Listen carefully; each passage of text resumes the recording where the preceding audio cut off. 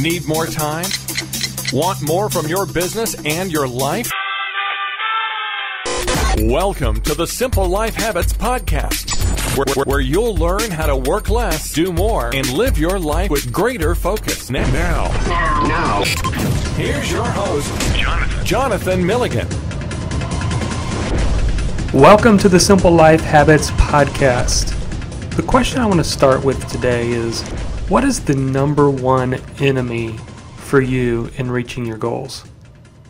There is that enemy, and it might not be the enemy that you're thinking of. Today we're going to tackle that. This is Jonathan, your host. We talk about, in this podcast, how to work less, do more, and live your life with greater focus. So what is that enemy?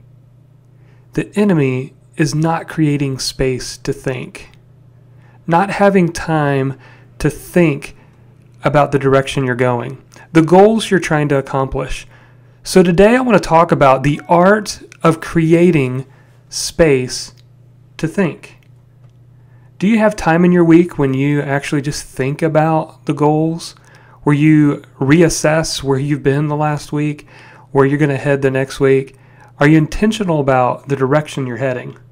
I don't know about you, but my best ideas rarely come to me while working. My best ideas come to me when my mind has space to think. Why is that? Well, Scott Dinsmore had a great quote, and it goes like this: creativity disappears the moment pressure is applied. If you want to be a more creative person, you've got to make room and space to think. And to be honest, and we'll be talking about this later, but you have to schedule it. You've got to find time in your week when you create space to think. I typically do this on Fridays for me because I love, right before the weekend, thinking about my past week, looking forward, and creating that space to think. But if the moment pressure is applied, your creativity begins to disappear. Well, when's pressure most applied? When we're in the middle of working. We're busybodies.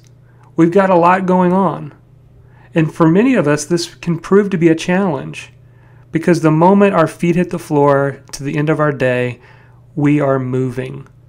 And we never pause and take time to think. I think so many of us have actually adopted the notion that super productive people are always burning the candles on both ends.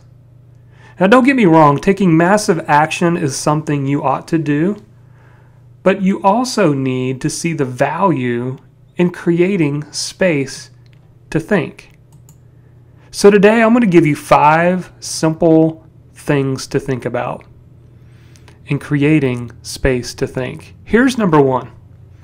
Place a higher value on rest. Now, rest is not just for the weak and the weary. Rest actually allows us to sharpen the saw, to renew our spirit. Don't tell yourself that you've got more important things to do.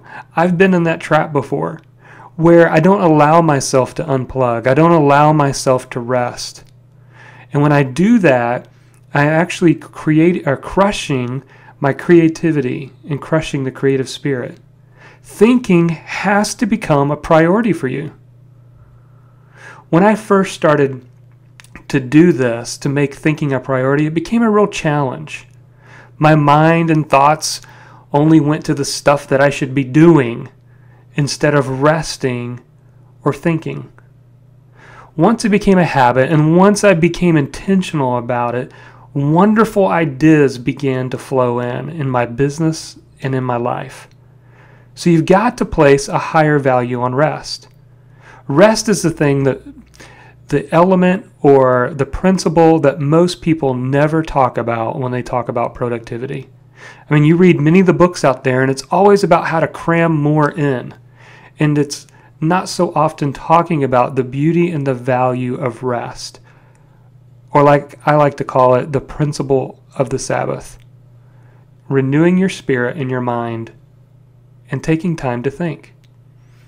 Number 2, if you want to learn how to create space to think, whatever you do, go slowly. You can't rush into the process. You have to learn to go slow. Walk slowly. Watch the sunset. Pay attention to the drift of the clouds. Give yourself permission at times to be the daydreamer. Intentionally choose slow activities. This allows the pressure of the situation to be removed, and it gives us space to think. When's the last time you did any of the things I mentioned? I mean, truly, when is the last time you took time to just slow down?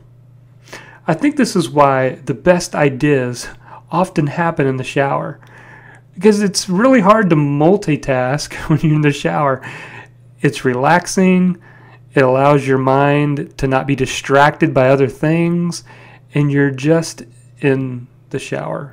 Things slow down. And I think that's why many of us, if we really admit it, we do a lot of our thinking in the shower, and there's a reason why. So whatever you do, intentionally choose to go slowly.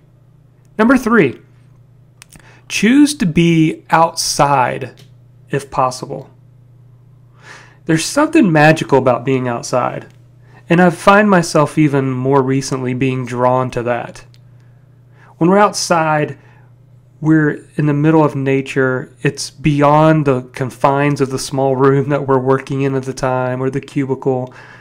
It just allows our minds to be able to think. Many times, and I don't do it as often as I want, but I love to take a walk. Some of my best ideas have come from just walking around the neighborhood. This allows me to change up my priorities, and it gives me time to think. So if possible, get outside. And it's amazing how getting outside sometimes can slow things down. When you go fishing in a pond, when you're taking a walk in the woods, when you're walking around the neighborhood, things slow down, and you allow your mind room to think. Here's number 4. If you want to learn how to create space to think in your life, unplug the phone and the computer if you're inside. So if you've decided, I'm going to, and you have the ability to, I'm going to have time to think, you've got to be intentional. Choose to remove yourself from any possible distractions and just allow yourself the space that you need to think. Now, if going outside is not possible for you, like mentioned in number 3, then you need to unplug as much as you can indoors. And it's important that you don't have an agenda. Just think. Just rest.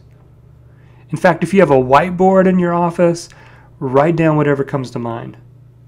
Don't be too quick to judge. Don't analyze what you write down. Only think about the possibilities in the beginning. I think a lot of times our best ideas get crushed because we immediately go to why they won't work. Instead of just writing the ideas and allowing yourself to be playful and just dreaming and thinking and believing, and don't be so quick to judge why something won't work. So I encourage you to give it a try. Maybe take a couple of the goals that you've been thinking about.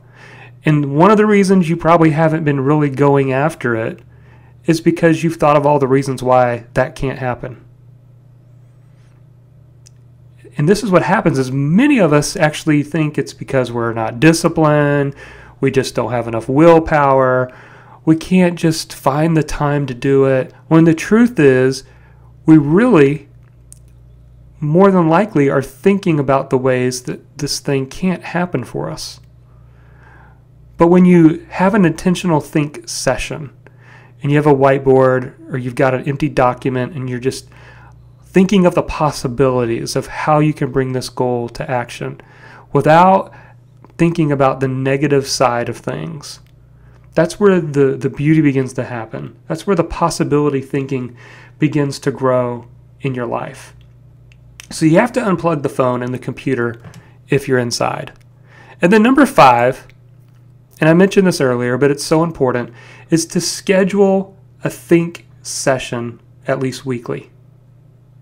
You know, it's often been said, what don't get placed on the calendar never gets done. If you look at your calendar right now with me, and you look over the next 7 days, I want you to find a block of time to spend alone. That's right, completely alone.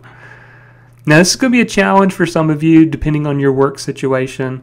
You might have to be creative. Some of you, maybe you work from home, and it's just actually taking the time or the priority to do so. But if you're in a corporate environment and you're in a cubicle, you have a lunch hour.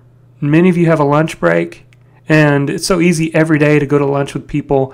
And while that's great, maybe take one time and go somewhere, go to a local park, go somewhere where you can just think alone, and you have the space and the ability to think and to create.